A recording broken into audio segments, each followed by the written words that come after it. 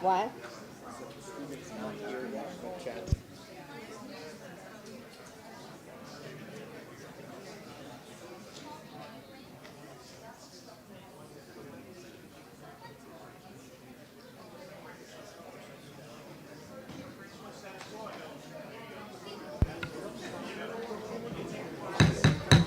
I'd like to call the meeting to order. Will everybody please rise and join me in the Pledge of Allegiance? I pledge allegiance to the flag of the United States of America and to the republic for which it stands, one nation, under God, indivisible, with liberty and justice for all. Roll call, please. Mayor Paul, Here I am. Vice Mayor Starkey, Still here. Councilmember Whitman. Here. Councilmember Hatton. Here. Councilmember Lewis. Here. Mr. Lemack. Here. Mr. Lewis. Mr. Holstein. Here. Mr. Sherwin. Here. Mayor, you have a quorum. Thank you very much. It's the first meeting of the month, and this is time for our public comments, which we do at this time. Speakers will not be limited to the number of topics they may speak on, but discussion will not be permitted on anything that is on the agenda for a public hearing. When that comes up for a public hearing, you can speak at that time. Speakers be limited to 3 minutes to address the town council, and we usually go by row, but I don't. Where are my young ladies that I saw were here? If you want to come and speak, step forward to the microphone. Going once. There were 2 ladies that I thought wanted. You want to speak? Yeah, come on up. Just state your name and address, please. At the mic, right? Good evening, Town Council. I'm Jack Patterson. I'm a Davie homeowner and Davie business owner. It's nice to meet you. I'm here because I need your help, since I've not been able to find someone at the town of Davie to completely hear me out and help me. I recently did work on my property, which was approved and required by a town of Davie landscaping inspector, although I was mistakenly cited by code compliance. I received a letter in the mail stating that I failed to obtain an engineering permit for bringing in fill. When I tried to explain to the town deputy engineer that the citation should be dropped because the dirt was being used for work approved and required by landscaping, he ignored it and said he didn't care and the citation would stay. He gave me an ultimatum: either I reverse everything I did or I get a permit that will require me to put my property up to the current code. This whole issue began because I was having a standby generator installed. This generator's final permit inspection failed by a landscaping inspector. He said he was going to require me to put sod to resod the property. And looking to comply, I eventually did call my local sod nursery for pricing, arranging delivery. Then they recommended I added topsoil. My landscaper confirmed that the topsoil wasn't necessary since most of the dirt on the property was this white, sandy, non-organic fill that would eventually burn the sod. The same landscaping inspector that required the sod said I could also add the topsoil, and no permit was necessary. Davie Landscaping Code actually requires topsoil to be added at a minimum of 2 inches for sod installations and 6 inches for tree installations. I've since hired a professional engineer that confirmed the landscaping work I did would have had a negligible impact on site elevations and drainage, although her opinion has been disregarded. I'm essentially being forced to obtain an engineering permit when it's not necessary. I shouldn't be held to the same standard somebody constructing a new house or a 50-unit apartment complex should. My estimates show that if I modify the property the way that the deputy engineer has hinted, it would cost me between $70,000 and $100,000 in construction costs that are not necessary, and it will be just for me to redo what I did earlier. I have lots of pictures and evidence here that I could prove what I'm saying, and I'd like to ask if any one of you will provide me 7 minutes to show you, whether it's today or another time. It doesn't have to be today, but I love this opportunity to be able to share with you because no one's talked to me. You're my last hope. Your time is up, actually. But I think you sent us an email because it sounds very familiar. Yes, ma'am. And I did forward it to find out what was going on. So I think at this point, we need to get you some sit-down help with a few people. Susan? Yeah, first of all, I could not return your phone call because I hope our staff, my assistant, our assistant told you that you have hired an attorney. And your hearing date for the code compliance issue is in May. May 8th, I think it is, or 9th, something like that. I don't have it in front of me right now. But you've been noticed on that, and that is the time when that's the time when you can present all of your evidence. The reason the council and I can't really talk to you about this now is because we have to wait until the hearing is done and the evidence is presented there. And since you've hired an attorney, it wouldn't be wise for us because of the litigation potential in the future. I know that you also asked my assistant, well, what if I fire my attorney and don't hire? We still can't because it's going through the magistrate process and the code enforcement process. So, you know, we're aware of it. Like the mayor said, she's been copied on all of it. I've got the file in my office. We'll review it because ultimately it could potentially be resolved at May 8th hearing, or it could come before us. You never know. So, I mean, we're listening. I don't want you to think that we're not. And the staff is well aware of the process. And, you know, I hope you are now too, that you will present your case at the hearing. Okay, thank you, Susan. All right, thank you. Thank you, sir. I'll be in the back in case anyone wants to talk. Okay. Is there anyone else who'd like to speak? Okay, seeing none, I will close the public comment portion of the meeting and go on to presentations. Our first presentation is the Youth Education and Safety Advisory Committee Water Safety Poster Contest, and I'll call on Chad from Parks and Rec, to our Assistant Director, to make the presentations with all these lovely children here and their great posters. Good evening, Mayor, Vice Mayor, Town Council, Administration, staff, and members of the public. Chad Pezel, Assistant Director, Parks, Recreation, and Cultural Arts. With me tonight, we have Fitness and Aquatics Division Coordinator Jeremy Garcia, Operations Supervisor Rashawn Williams, and Recreation Leader Gina Gordon. The month of May is recognized as National Water Safety Month, and we are proud to partner with the Town of Davie's Youth Education and Safety Advisory Committee to host the 2024 Water Safety Poster Contest. Representing the committee here tonight is Dr. Arlene Amaran.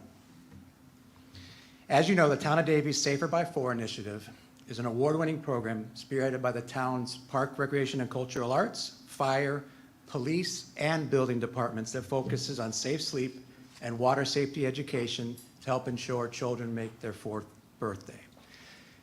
Drowning remains a leading cause of unintentional injury-related death in children under 4 years of age.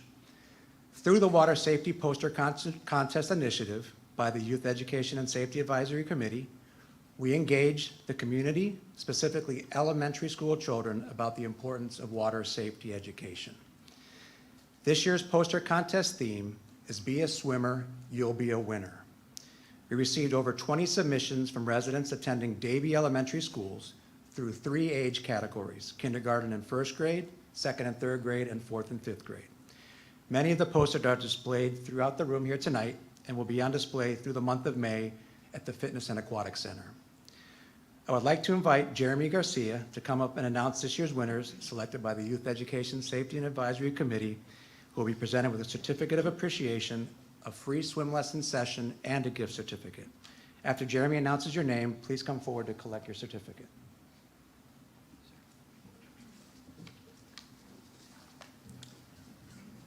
We are pleased to have 5 of the 6 first and second place winners with us this evening, which we will now recognize. Kindergarten and 1st grade division, 2nd place, Valentina Omino.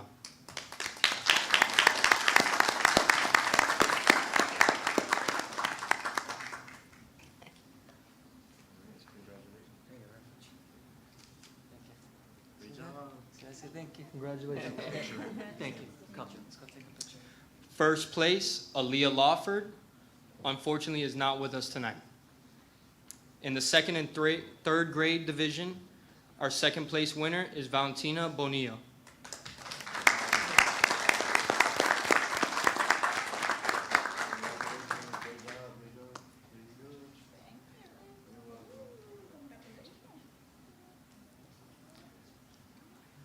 First place winner, Juliet Gamoneda.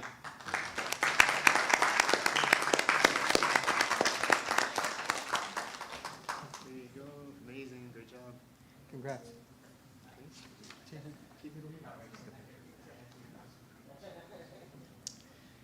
Our fourth and fifth grade division, second place, Lara Charita.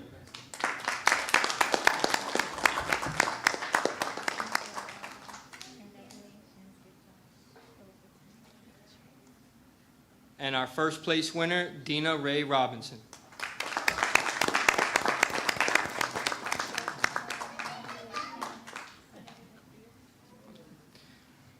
Thank you for the opportunity to present the 2024 Water Safety Poster Contest winners as awarded by the Youth Education and Safety Advisory Committee.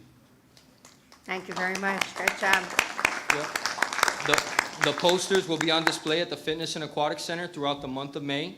Be sure to stop by on Saturday, May 18th between noon and 3 p.m. to enjoy our free Water Safety Day and pool party hosted by Parks, Recreation, and Cultural Arts Department and Davie Fire Rescue. Thank you very much. Thank you very much.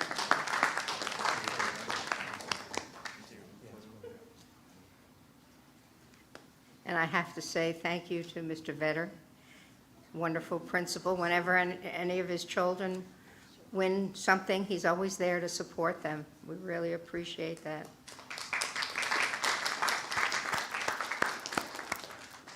Do we want to go down and take pictures with the kids? Yeah, they could. You want to do it that way? Okay. Line them up in front of us, and then we'll take a picture with all of them. Since there's so many, right? Hmm? Since there's so many, You were? there's so many. I know, yeah.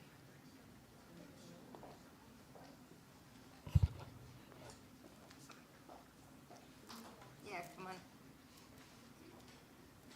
Come, my little chickadees. Yes, ma'am. Will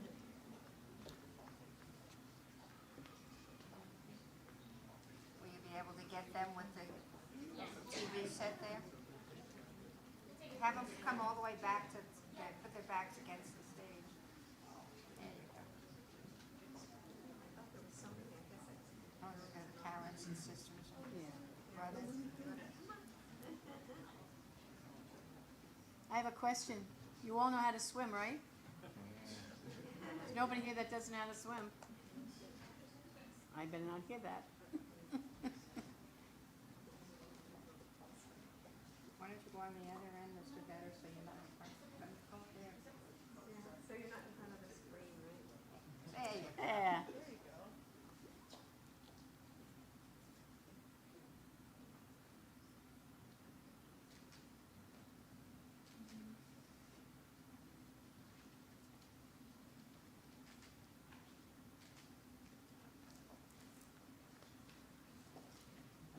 Very good, thank you.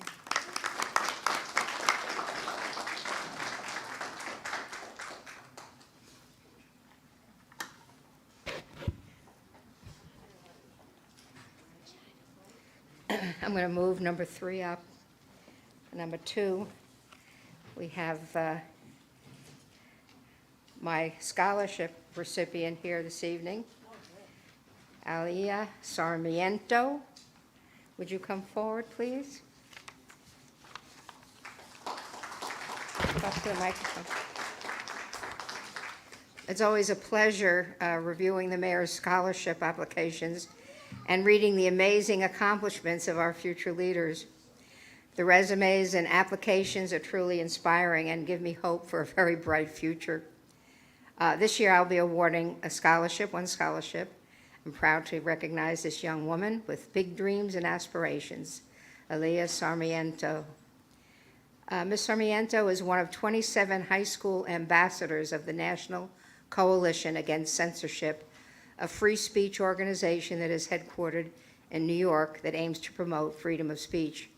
Through this organization, she has published an article through the National Council of Teachers of English and participated in workshops with Harvard lawyers and TED Talk speakers.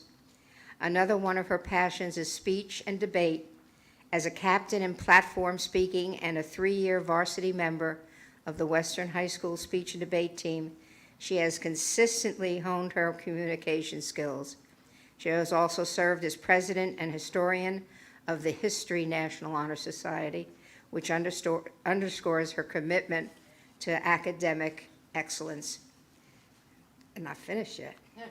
Additionally, her involvement in the English National Honor Society, UNICEF Club, Women's Empowerment Club, and Model United Nations highlight her dedication to social causes.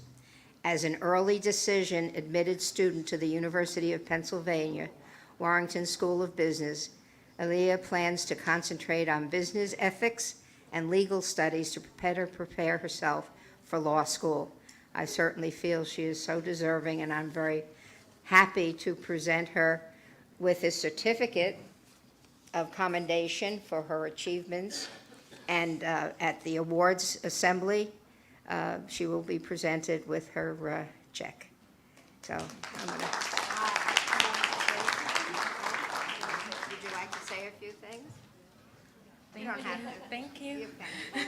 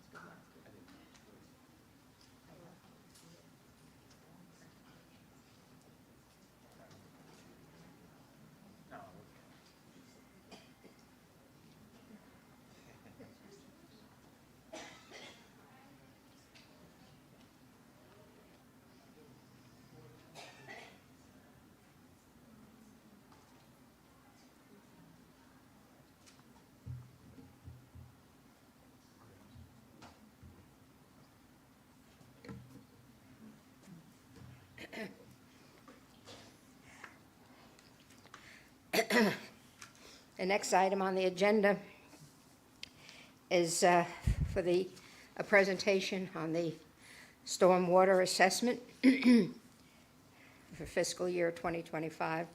Mr. Lemack and Mr. Holsey, it's all yours. Great, thank you. Good evening, everyone. Richard Lemack, Town Administrator. We're presenting information tonight on the proposed stormwater assessment.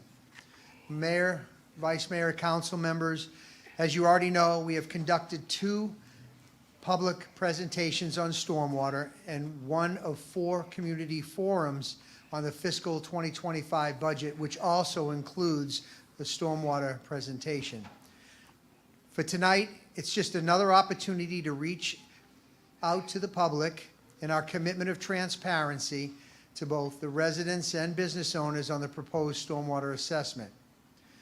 As this presentation is being recorded tonight, it provides additional opportunities for those who can't be with us or don't have the time tonight to watch it, but they'll be able to pull it up at any time they want and be able to view it. To begin tonight, I thought it would be helpful if we would see a snapshot of some drone videos that we have taken as a video introduction of what we're experiencing, and I'll explain where they are as we see each of them. This first video is of flooding that was in Little Country Estates. That's in the area around Hiatus Road, north of 26th Street.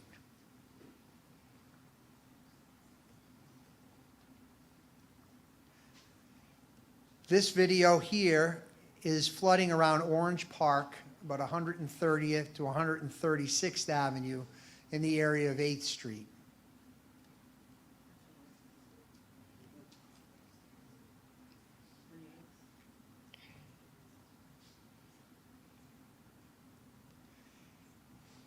And this video is showing flooding in the industrial area around Burris Road, pretty much in the area of 441, bounded by 595 and the Turnpike.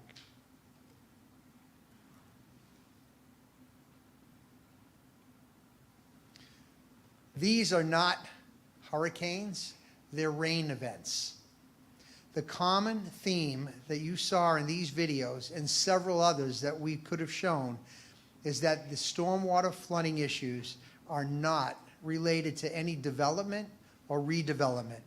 The areas that we have shown you have been impacted by the frequency of storms and other environmental impacts, and they are not diminishing.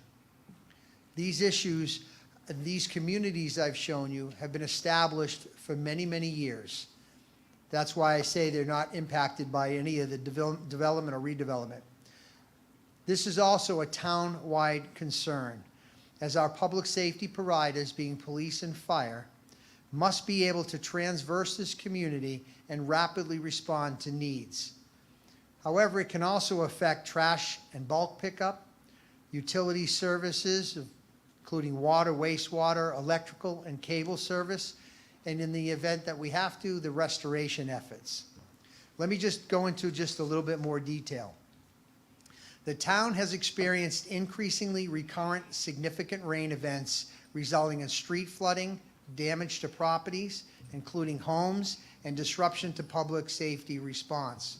Since 2017, the town has experienced 6 significant flood events: in June of 2017, May of 2018, October and November of 2020, June 2022, April 23, and November of 23. The town's responsibility is to convey water from public roadways into the secondary canals, which are managed by the local drainage districts. Our stormwater needs continue to grow as significant rainfall events become more frequent, sea level continues to rise, all necessitating funding to maintain our existing stormwater system and to expand the system to address current and future needs.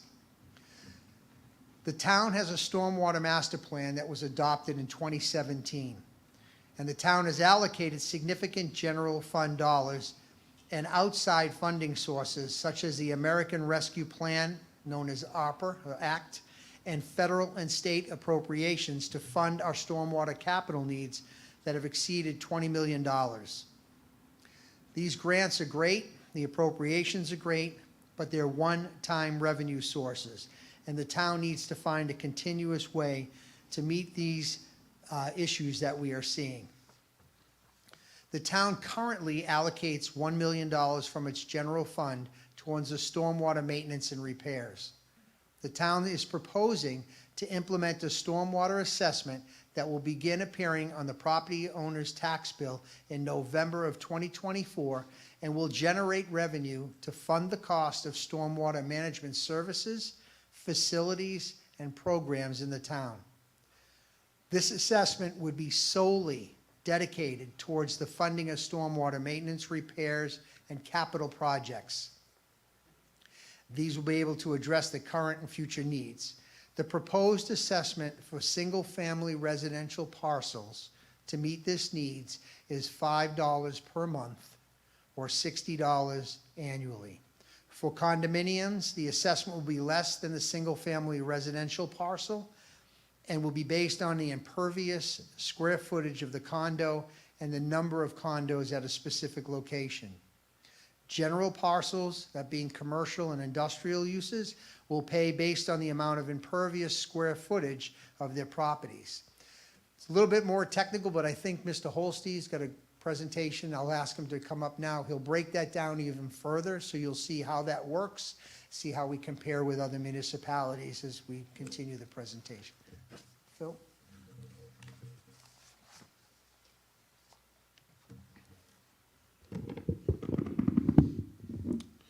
Good evening, Mayor and Council members. So I'm going to start with an overview of the stormwater management system, specifically what the town of Davie is responsible for. So we're responsible for maintaining, repairing, and improving the stormwater infrastructure, which includes catch basin inlets, drainage pipes, outfalls, rights-of-way, and water bodies.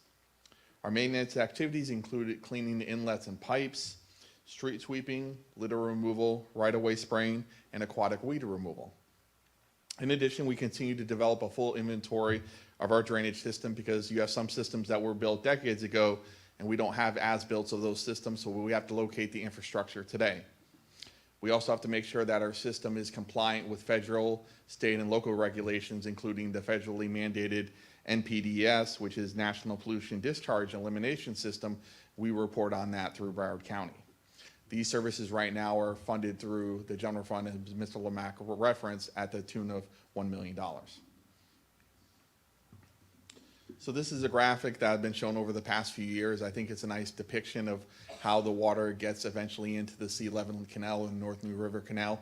You start with first you start with the swale system. That's the area between the roadway and the sidewalk where the water is supposed to collect, and it's supposed to carry into the catch basin, which eventually goes into a drainage pipe to an outfall, which is a pipe that goes into the secondary canal system.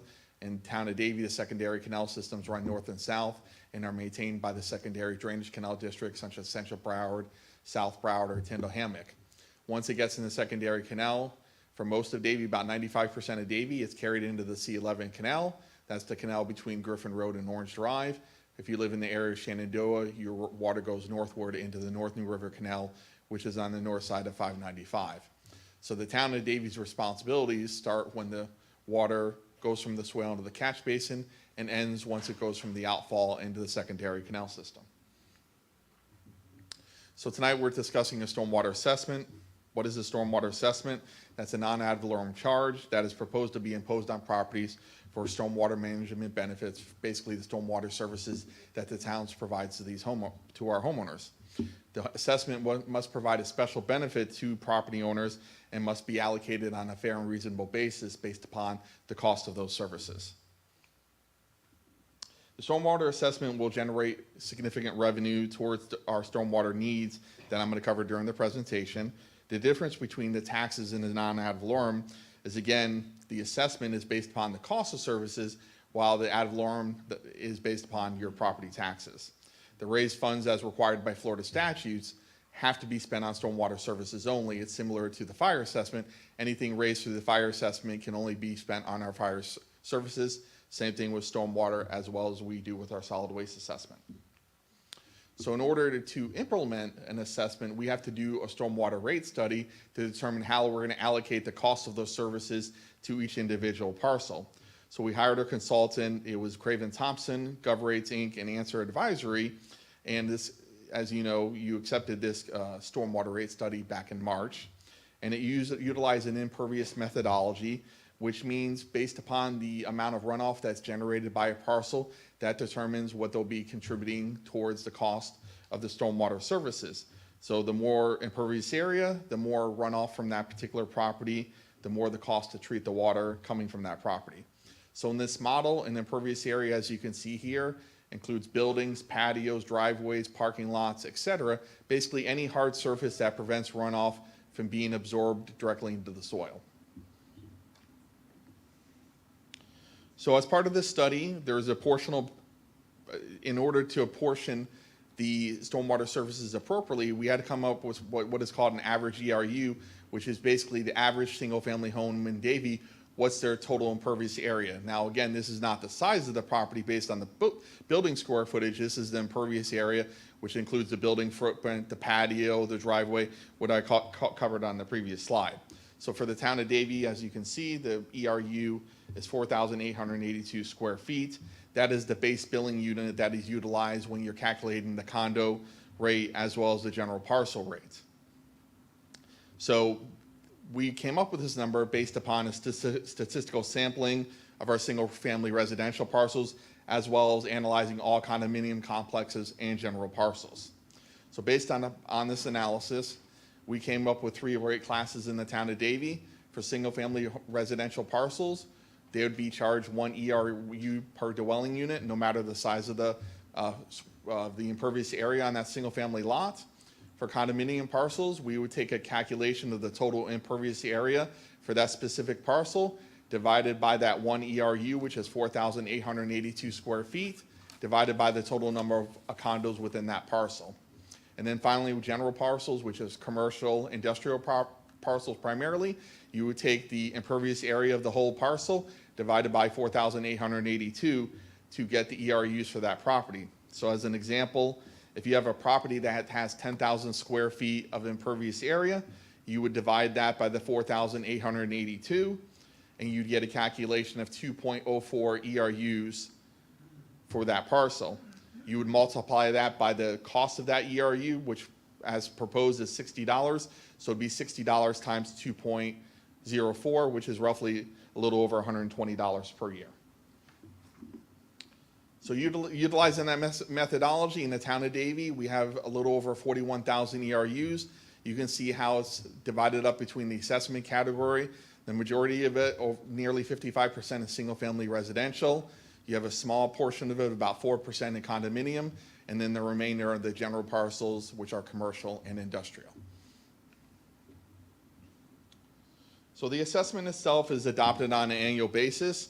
So at a future date, when it's formally adopted by the town council, that would be just for fiscal year 2025. Similar to the fire and solid waste assessment, it has to be adopted annually. Our proposed starting assessment is $5 per month, or effectively $60 annually. The additional or estimated net revenue from this assessment would be roughly $2 million. And as you can see, we're proposing 2 exemptions. Currently, we exempt from our fire the government parcels. We're also proposing to include institutional tax exempt parcels to be exempt from the stormwater assessments. So with the $2 million of revenue that's dedicated or that we'd receive from this assessment, we'd use that annually towards our stormwater maintenance services. Right now, we're spending $1 million. We're looking to double that to $2 million on an annual basis. And then the $1 million that we have in the general fund, we're looking to design new stormwater projects to submit for grant opportunities, appropriations, et cetera, which I'll cover in the next few slides. So you may ask yourselves, you see here a stormwater fee comparison. So this is really a comparison of assessment or a fee. So there are some municipalities where the municipality controls its utility system completely within its boundary. And those municipalities, they're able to charge a stormwater fee on their water and wastewater bill. Since Davie has about 4 to 5 water and wastewater purveyors in the town, we cannot charge it on that bill, so it has to appear on your property tax bill as an assessment. So as you see here, this is broken up between the 22 municipalities that either charge that fee or assessment, and as you can see, we would be in the lower quarter if this assessment is implemented for fiscal year 25. So I referenced earlier the maintenance budget that we're looking to increase from $1 million to $2 million. It's broken up into a few categories. So for example, the cleaning of the drainage cleaning, we're looking to double that from $500,000 to $1 million. That concludes removing silt from culverts and minor dredging near outfall mouths. We're looking at tripling our budget for repairs. That's, for example, some cases you have collapsed drainage pipe, collapsed outfalls that need to be replaced, or if we have to replace inlets. As part of this, we're also looking to hire an engineer that's going to oversee these repairs as well as the capital projects. The final area we're looking to increase is, again, we don't have a complete inventory of our system, so we want to spend additional money on GIS, identifying the location of the system, increase our inspection services, and here we're looking to double that as well from the $250,000 to $500,000. So here's just a picture, at least on my left-hand corner, of Park City East. This is a cleaning of a drainage inlet, and this is an example of an outfall that was in disrepair. This is how it looked before, and that's how it looks fully repaired. So for that $1 million from the general fund that we're looking to reallocate towards stormwater design, I'm just going to highlight some projects that I think you're already familiar with that we're looking to fund. So Orange Park was one of the videos we showed earlier. That's a mobile home community that was built 50 plus years ago that lacks stormwater drainage, and the existing canals unfortunately overflow into the community. Park City Estates, which is up the road from here, similar nature. The mobile home park was built in the 60s and 70s, and basically the stormwater infrastructure is too small to meet today's conditions with rainfall, et cetera, so that system needs to be upgraded. So we have some single-family roadways that are off of Griffin Road to Orange Drive between Davie Road and University Drive that unfortunately don't have a drainage system. There are no inlets, no pipes, nothing. The water just goes in the road and sits there for 3 to 5 days after a significant rain event until it percolates eventually into the ground. Next is Royal Palm Estates. This is a community, the northwest corner of Nob Hill Road and Orange Drive. We put in stormwater infrastructure back in the early 2000s. Unfortunately, it's currently not functioning well. We need to tie it into a larger system so there's additional capacity for that community. One of the videos that Mr. Lemack showed was in the transit-oriented corridor. This is the area east of the Florida Turnpike. Now, we have a master plan for a master stormwater area for that particular area. Unfortunately, it's to the tune of $90 million. So obviously, that's a significant expense that the assessment's not going to be able to bear, but we're looking to do minor improvements in that area to hopefully alleviate some of the flooding that does occur along 50th Avenue, Oaks Road, and Burris Road. And then finally, this is the Driftwood Estates community. This is just on the south side of Sterling Road between roughly the northwest 77th Avenue, 78th Avenue blocks. Unfortunately, it does not drain into a master system. So as I mentioned earlier, by having a design for these projects, it gives us a better opportunity to apply for grants, appropriations, or other funding sources that may become available. So some current capital projects that we have going on, again, these are the $20 million plus of projects that you allocated your American Rescue Plan funds as well as general funds towards. We've also received some state and federal appropriations. So we're currently in the construction of the Little Country Estates and Grove Estates project. That was roughly about a $5.5 million project for the communities off of Hiatus Road, where we're upsizing pipes, adding additional inlets and outfalls into the secondary canal system. Next, we're currently in permitting for the New River Estates community. This was a community that doesn't have a master drainage system, was built about 50, 60 years ago adjacent to Sunny Lake Park. So we're in permitting on this project and anticipate going to construction in the next 6 to 12 months on the project. We currently have 2 significant projects in design. They both cover about a square mile of space. So we have the Shenandoah community, which is from 136th Avenue to 148th Avenue, from State Road 84 to 14th Street. So we've purchased land, or actually it was given to us by Florida Department of Transportation to build a pump station to help lower the water bodies in Shenandoah and Vista Florida prior to a rain event. It'll take the water into the Northern New River Canal and ideally provide additional storage capacity for those existing water bodies in that community. To the south of that, we have the Oak Hill community, which is again a 1 square mile from 136th to 148th between 14th and 26th. This was a community that was constructed parcel by parcel, so there was never a master drainage system for this community. So we're looking at conveying this water from that community eastward into Davie Wetlands Park, where we have about 115 acres of park space to help provide additional storage for the Oak Hill community. So the implementation you see here as part of the master plan, we've already taken some of these steps. The town council adopted the rate study on March 6th. We've been doing our education campaign. We've already had the 2 community workshops. We're through 1 community forum, and we got another one tomorrow, and then the remainder on May 7th and May 9th to complete the 4 community forums. Simultaneous with the adoption of the fire assessment and the solid waste initial assessment, we'll be bringing forward the stormwater assessment for initial adoption on July 24th, and then your final consideration of that would be on September 12th. Assuming everything gets approved, it would appear on property owners' tax bills starting with the November 2024 tax season. So the outreach we've done to date, when we did our rate study workshop, that was shown live, similar to tonight's presentation, and recorded for future viewing on YouTube. We've had a website that's been dedicated on a town website specifically to stormwater questions, whether it's the assessment, the master plan, etc. We've also highlighted the assessment in the Davie update, as well as the mayor has done so in the DRW. We had the 2 community meetings back in April, specifically to the stormwater assessment. We're also moving forward with the community forums where we're doing a similar presentation as we're doing tonight. We're continuing to highlight the assessment on social media, Facebook, Instagram, Twitter, and Nextdoor. And then finally, once the trim notices go out, those go out in August, We expect that most of the questions will come from residents during that August period. So we're going to be setting up a customer service line with staff who are educated on stormwater assessment so we can answer the residents' questions at that time. So we appreciate your time tonight. We are here to answer any questions, and this is a QR code that'll take you to the website with more information on the stormwater assessment. Thank you. Any question?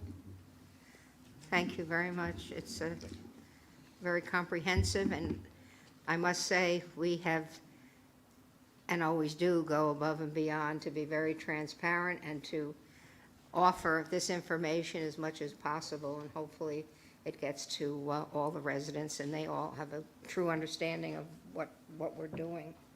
Okay, we're going to go on to the rest of the agenda. I have staff is requesting to revise the tabling date of the following item from June 5th, 2024 to May 15th, 2024. It's a vacation on 2 FP&L utility easements. May I have a motion to approve? Motion to table item number 8 to June, what was To it? May 15th. May 15th, okay. From June 5th to May 15th. Okay. Second. I heard a second. Okay, all those in favor, say aye. Aye. Any opposed? That's unanimous. Thank you. Now we'll go to the consent agenda. Does anybody need to pull anything off the consent agenda? No. May I have a motion to approve the consent agenda? So moved? Second. All those in favor say aye. Aye. That's approved unanimously. Thank you very much. The sponsorship money for high school rodeo is there. That's been passed, so you can take that news back with you. Okay. And Marigold can move forward, so everybody's happy. Okay. Did I miss anything? Okay, we'll go on to the public hearing portion. Number 9 is a budget amendment. Excuse me. Mr. Sherwin, would you read the ordinance by title, please? Yes. An ordinance of the Town of Davie, Florida, authorizing the Second Amendment to the fiscal year 2024 budget, providing for conflict, providing for severability, and providing for an effective date. Okay, this is a public hearing. If anybody wishes to speak for or against this item, you can come forward at this time. Seeing none, I'll close the public hearing. Is there any questions or discussion by council? Seeing none, may I have a motion to approve? Motion to approve number 9 budget amendment. Second. And there's a second. Thank you. May I have a roll call vote? Vice Mayor Starkey? Yes. Councilmember Lewis? Yes. Mayor Paul? Yes. Councilmember Whitman? Yes. Councilmember Hatton? Yes. Motion passes. Thank you very much. Number 10 is the first reading also, with second reading on May 15th. Okay, it's a code amendment. Mr. Sherwin, would you read the ordinance by title? An ordinance of the Town of Davie, Florida, amending the following sections, Chapter 12, Land Development Code, Article 3, Use Regulations, Article 5, Development Standards, Article 6, Site Landscaping, Tree Preservation, and Land Clearing, Article 7, Parking, Article 9, Rural Lifestyle Regulations, Article 11, Public Improvements and Concurrency Determinations, Article 13, Special Planning Areas and Districts, Division 11, Regional Activity Center Districts, Division 12, Transit-Oriented Corridor, Article 14, Definitions, providing for severability, providing for conflict, and providing for an effective date. Thank you. It's a public hearing. If anyone wishes to speak, you may come forward at this time. Seeing none, I'll close the public hearing. Any questions from council? Any discussion? Could we have a motion to approve the code amendment? Motion to approve number 10 code amendment. Second. Roll call, please. Councilmember Hatton? Yes. Councilmember Whitman? Yes. Councilmember Lewis? Councilmember Yes, Lewis. I'm sorry. Vice Mayor Starkey? Yes. Mayor Paul? Yes. Motion passes. Okay. Now we go on to a quasi judicial public hearing. This is a variance. Mr. Sherwin, would you read the resolution by title? The quasi's been waived. What? The quasi's been waived. Okay, I was going to ask, thank you. A resolution of the Town of Davie, Florida, taking final action on variance application V24-015 Ducar, providing for severability, providing for conflict, and providing for an effective date. If there's anyone here, is the applicant here? No? Oh, Yes. did you want to say anything, or? Okay, we might have a question for you. Is there anybody else that would like to speak for or against this? Okay, seeing none, I'll close the public hearing. Is there any discussion in council? If you remember last week, I kept referring to the property with the lake. I was a week ahead. This was the one I had been looking at. I just had one question. At the time of that the paperwork was prepared, it said that there was no approval from the HOA. Has there been approval since the time that it's been drawn up? Doesn't, huh? Come up and to the microphone, please, and just state your name.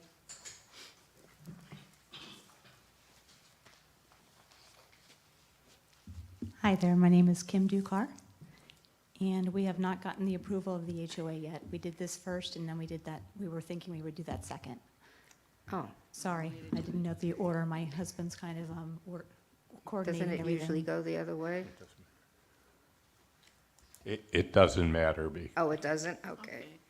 All right. Usually we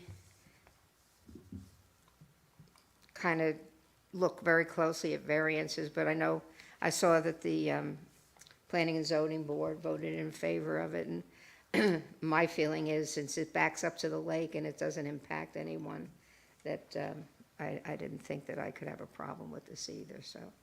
Does anybody else have any? Yes. I live in Forest Ridge too, and, the only problem I have with these, and I was talking to David about it also, is the zero lot lines that we have in some of our community, like Lake Park and Arborwood and some of the others. But in this one particularly, in Lake Park, you're asking us to go right to the sloping of if I'm understanding this correctly in review, right up to the sloping of the embankment of the easement that's there, which would mean you'd go right here, and then there'd be a 4-to-1 slope into the lake. Am I missing that, David, or is that what she's proposing? Yeah, the proposed construction is right up to the rear property line, yes. Yeah, and, you just saw where we had the stormwater assessment and we're having flooding around. And, to me, it seems like you're adding more impervious area to something that's supposed to, percolate water. And certainly I'm concerned about the 4-to-1 sloping in these lakes. And this was approved a long time ago. That sloping would cause a problem if they go right from the patio and there's no place to go but straight down into the lake. So I'm concerned there's been a few of them that had either slipped through or gotten approved, or maybe they didn't even get a permit. And first of all, I want to thank you for going through the process and at least doing it correctly. But my concerns are not going to be addressed, I guess. I don't know if when the Planning and Zoning Board saw this, did Mike Crowley have any concerns with the drainage issue and that sloping? Because this sloping was an old standard, if I understand. Now they have a 5-to-1 slope, not just a 4-to-1 slope. Is that correct on any new developments? Still 4-to-1? Okay, because if you're going to 0 and then going straight down, instead of providing that grassy area buffer, it concerns me there around that lake as a safety issue. Anybody who walks around the lake will be walking on that slope and not having, that area. Nobody be walking on somebody else's property, though. Well, you do anyway. Everybody's allowed on our lakes, my lake, everybody walks around and the kids fish, and you can't unless you fence your yard in, and then there's a setback for that too. So that would concern me, is that sloping once again. And then, so I have a concern about the drainage. that we're trying to spend so much money on and trying to address, that it adds more impervious area. And then also the sloping and safety issue of that. So those are my Let's- concern unless staff wants to, Let's ask the engineer Yeah. to, AJ Address or it. John, maybe, please.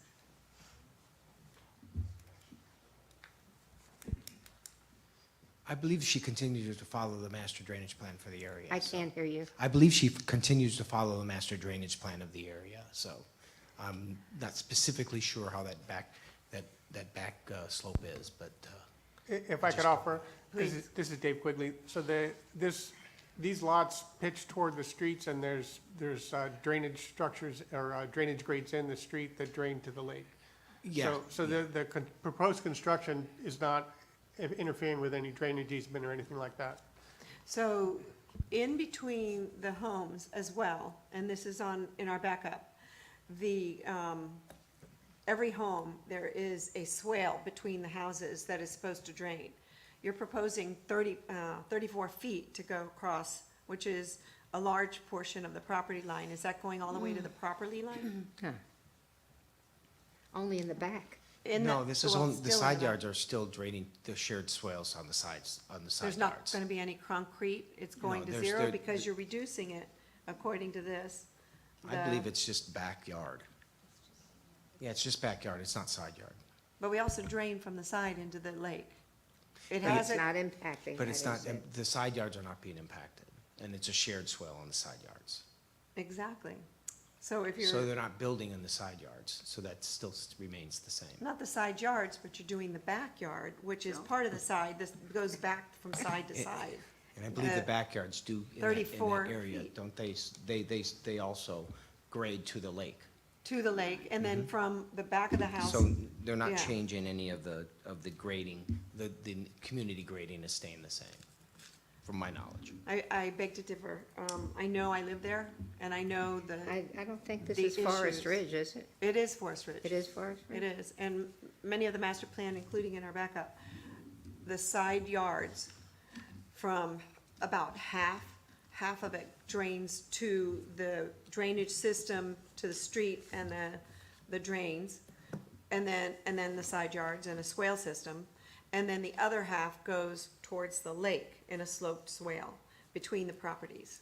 So if she's filling in the back side of the backyard where the, If this No. helps, so the proposed screen enclosure is 34 feet wide, so it goes to the zero lot line on one side, but the property is about 43 feet wide, so there's at least 10 feet of side yard that's shared between the two properties that's for the drainage to the street.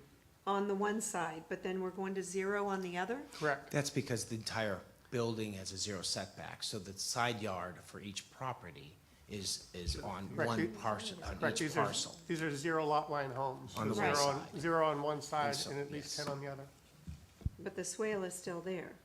No, they So you have 10 feet on one side and And zero on the you've never had other. anything on the other It side? never had anything on the other side, and that's because it's on the adjacent property that the side yard flows.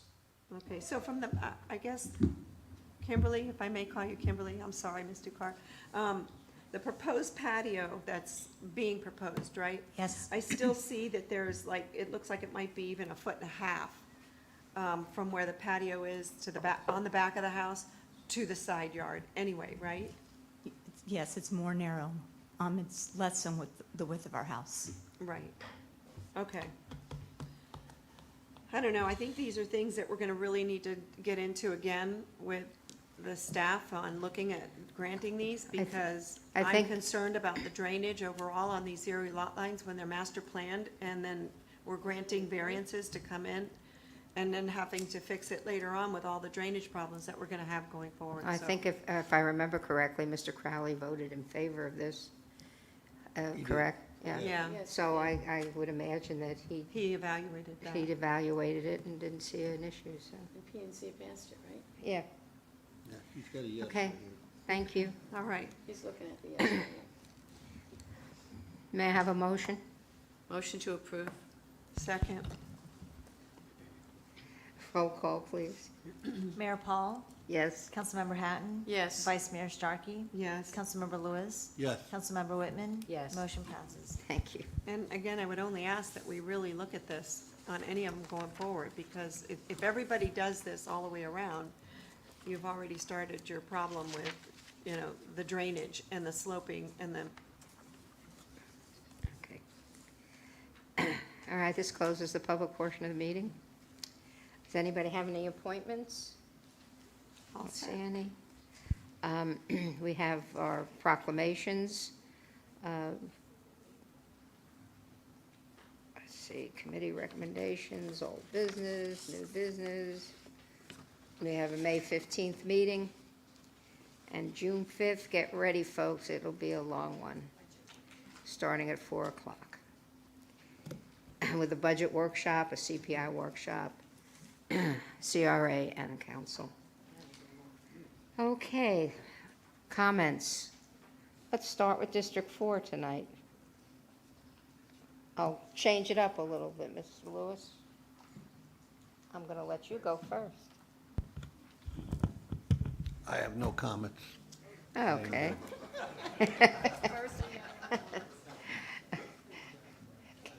Councilmember Hatton? I don't really have a lot. I just have one thing. I'd like to just compliment our staff. One of them went way out of their way, even although I know it's their job. They came in on a day off, came to me to do a Zoom meeting for AHAC, so I was very pleased about that, and I wanted to thank them, and I've already mentioned to Mr. Lemack about it. So I know it's part of their job, but could have been sitting home on a Friday, watching the Zoom meeting in their privacy of their home, instead of coming to be sure that I got to see it, so thank you. Our great staff. Thank you. Council Vice Mayor? The first thing I want to talk about is our amazing gardening club and that we are doing, and a community garden. The chairwoman, Jessie Bastos, had asked me to go with her to the University of Florida, IFAS, and do a presentation. So, did I talk about it last week? Oh, God. Yes, you did. Okay, great, that's done. That was quicker than I thought. They wanted to hear about the I was blue, so right? proud of her Yeah. with that. Yeah, the Blue Zone. Yeah. So I was glad about that. The second thing I wanted to bring up is, I asked that, Leona, I don't know if everybody had received this, regarding, where is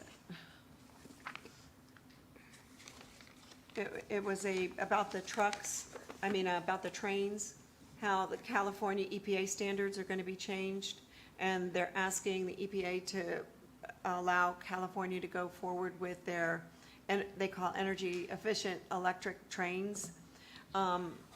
That's been opposed by many of the industries across, and I hope you were able to read that. Leona had forwarded out to everyone. The reason I'm opposing it also is because, that is a key element to part of our economic, quote, engine, if you will, that transports goods and services all throughout the country. And if one of them just decides to go electric, it kind of affects the rest of the country. And, they laid it out pretty clearly in the letter that was forwarded. And what I would like you to do is see if staff or the mayor if you would want to sign the letter, and then at least put it on our lobby list for our lobbyists to ask the EPA to oppose it. Because it does have a significant impact on, and it will impact the cost. If you look at these trains that are allegedly going electric, there's only 2 states, Colorado and California, that are looking at doing that. That means the rest of the country is going to be still diesel. And so, there we go. That cuts out a supply chain that we would otherwise be moving goods and services. Did everybody get a copy of that? I haven't had a chance to read it yet, but I'll read it and then I'll have a discussion with Leona on it. Yeah, all I'm asking is that we add it to our lobbyist agenda. Well, we'll take a look at it first. We're not going to make any You didn't read it commitment until either? I didn't read it. Nobody read it? No. Okay. It came guess I'm the late, only- obviously. We're getting ready for the council meeting. Yeah, everybody probably should have gotten it. I don't think I'm the only one who receives these things. Yeah, it was just, this is Rick, it was distributed to everybody. Yeah, Okay. I got it. I saw it. I just didn't have time to read it. Okay, thank you. All right, and that was about it. Good, I'm gonna be brief on that. thank you. Councilmember Whitman? Thank you, Mayor. All right, folks, hold on to your seats. We're continuing with our community forum meetings for 2025. Tomorrow is the next meeting at Robbins Lodge. On Tuesday, May 7th, the next meeting will take place at the Shenandoah Community Center. And Thursday, May 9th, the meeting will take place at Pine Island Multipurpose Center.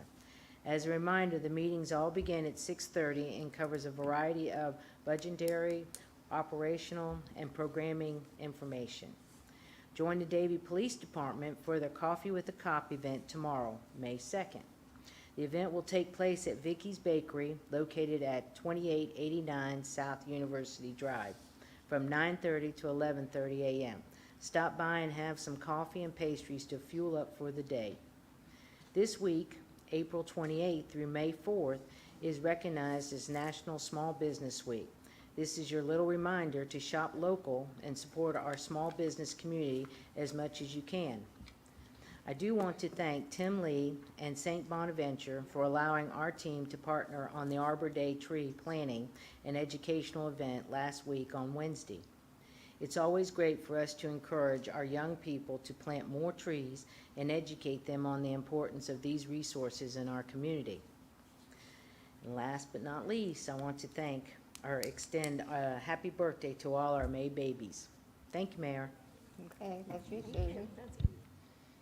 Okay, thank you. I just wanted to reiterate that my DRW article and my update article this month relates strictly to stormwater. So again, we're hitting everybody in every direction that we can. I want to thank those members of staff that spent their Saturday morning directing traffic and giving guidance for shred-a-thon and a prescription drop-off.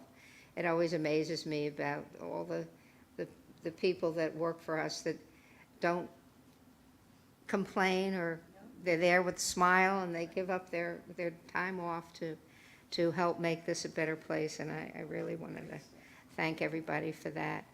I was just looking at something, and it for the building department, I don't know how you would do this, but they're showing, certain parking garages and places with flat roofs where they're allowing people to plant grass and wildflowers, which would, I think, cool things off, give homes for the butterflies. Yeah, well, I think it's a good idea. But I've seen it done here too, especially out west. So, and this brings us to the point, I think I brought it up at another meeting, about planting wildflowers in certain rights of way and eliminating the need to mow. And of course, last week I watched the team mowing the dirt and blowing it all over the place because there was very little growth. They feel compelled to mow whether there's anything to mow or not. And so I think we really need to take another look at that and see if I can get a response on that concept. We went last night, Susan and Michelle and I, to Robo Lab, which is a new company that's in the Pelican Bay area, and all these robots doing push-ups and serving snacks and so forth. So it's a new business in the town, and they have partnered, and they're working with NSU and Levant Center of Innovation. So it was very interesting, and it was actually put on by the Fort Lauderdale Chamber, and it's Robot Lab Fort Lauderdale, which of course, when we cut the ribbon, we made sure that they knew they were in the town of Davie. So this is something that we have to keep working on and get the Davie Cooper City Chamber to get them to become a member of the Davie Cooper City Chamber and add the name Davie on there. We had a request to replace the potty paddock out at Robbins, and I know I just discussed it with Jeff a few minutes ago, but I just wanted to go on record that the trail riders have offered to donate the materials, and we're suggesting that this be accomplished as a Eagle Scout project. So I think that might work out very nice. Again, Mr. Pullman gave up his Friday night off, and we went to a program at Broward College talking about the Broward film industry and a film program that's being initiated at Broward College. And I know this is one of Steve Geller's main pushes to improve the arts and filmmaking. So this is why we wanted to go in support of him. And so we're looking at some partnerships. One of the head of the department has already been in contact with me to meet and talk about partnerships, because there's a cute little theater there, and I'm already thinking of an expanded venue for our Actors Community Theater. So we're always looking for some place for them to be able to have a real theater and a real stage. So we're going to be working on that. I had mentioned last time that we celebrated the 105th birthday of a veteran at Oakmont, and we've been in contact, and it appears they have a lot of veterans that are living at Oakmont who are Davie residents, and they're going to bring 10 of them to our next breakfast. And then the month after that, they will be 10 other individuals.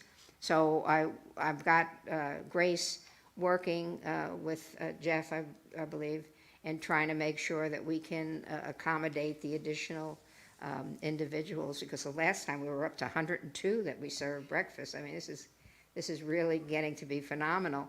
And I know there were a lot of individuals there from other communities asking me to please approach their mayors about replicating the program in other communities. So we've already made a few contacts as far as that's concerned. Now, on a more serious note, we want to continue to speak against anti-Semitism and the growing unrest on the college campuses. It's very disturbing for us to see what is going on, and we stand with Israel, and at least I do, and I would certainly hope we all remain, that when Hamas releases the hostages, then there can be a ceasefire. So it's all on their shoulders. So this is very important for us to keep supporting. The other thing that I wanted to talk about is assault weapons. We just had a terrible, terrible event occur where 4 law enforcement officers were killed and 5 more were injured. And I know we support our police, and I can't understand why, with all the talk about supporting police, there are still those that refuse to allow a ban on assault weapons to go through. You know, when the Second Amendment was written, the assault weapon was a musket with a sword attached to it. Who could have equated what we have today in relationship to when the Second Amendment was written? And I'd like to say that I take a stand against assault weapons. I did when it was passed the last time, and it was let to expire, and I believe they should be banned. And I don't know if this council would be willing to stand up to such a declaration, but I know personally I wanted to say that I do. The state already preempted us from being able to do anything about it, isn't that correct, But Town Attorney? It doesn't keep us from saying that we're opposed to it. So, anyway, those are my comments. Mr. Lemack? Mayor, thank you. Yeah, I just wanted to say thank you to Mr. Sherwin. He's been stepping up during Alan's service to our country while he's away. And I just want to extend, he has been incredibly helpful on every single front as we've been bombarding him, and he meets the task every time. And so, Phil, I just want to say on behalf of staff, thank you very much for stepping up and picking up the extra load. You're our new Sherman tank. That's all I have, thank you. Okay, thank you. Mr. Sherwin? The only comment is it's all made possible because we have a terrific staff, and it's everything we do is a collaborative effort. And they've all been patient with me, and they help me when I request their help. And so whatever little success I've had in standing in for Alan, it belongs to everybody. That's because we're a team, we're a family. We are indeed. We're all mishpucha. On that note, if there's no objections, we're adjourned.